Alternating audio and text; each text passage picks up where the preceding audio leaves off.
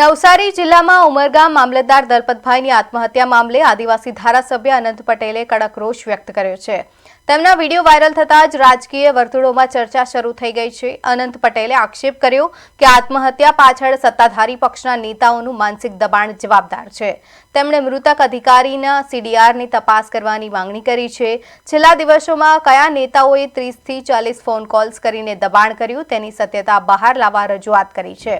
આદિવાસી સમાજ દ્વારા પણ આત્મહત્યા માટે દુષ્પ્રેરણા આપનાર જવાબદાર વિરુદ્ધ કડક કાર્યવાહી કરવાની માંગણી કરવામાં આવી છે। જો ન્યાયિક તપાસ નહીં થાય તો આગામી સમયમાં આદિવાસી સમાજ દ્વારા ઉગ્ર આંદોલન કરવાની ચીમકી પણ આપવામાં આવી છે।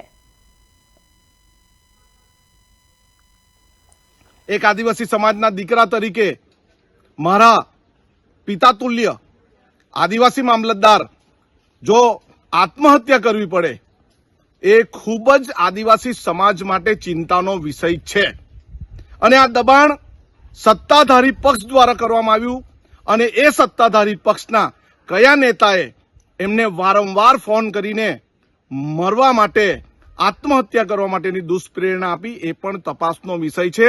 આવનારા દિવસમાં આદિવાસી સમાજ આનો જવાબ માંગશે। અમે આદિવાસી સમાજ એમને શ્રદ્ધાંજલિ આપવા માટે હજારોની સંખ્યામાં જઈશું।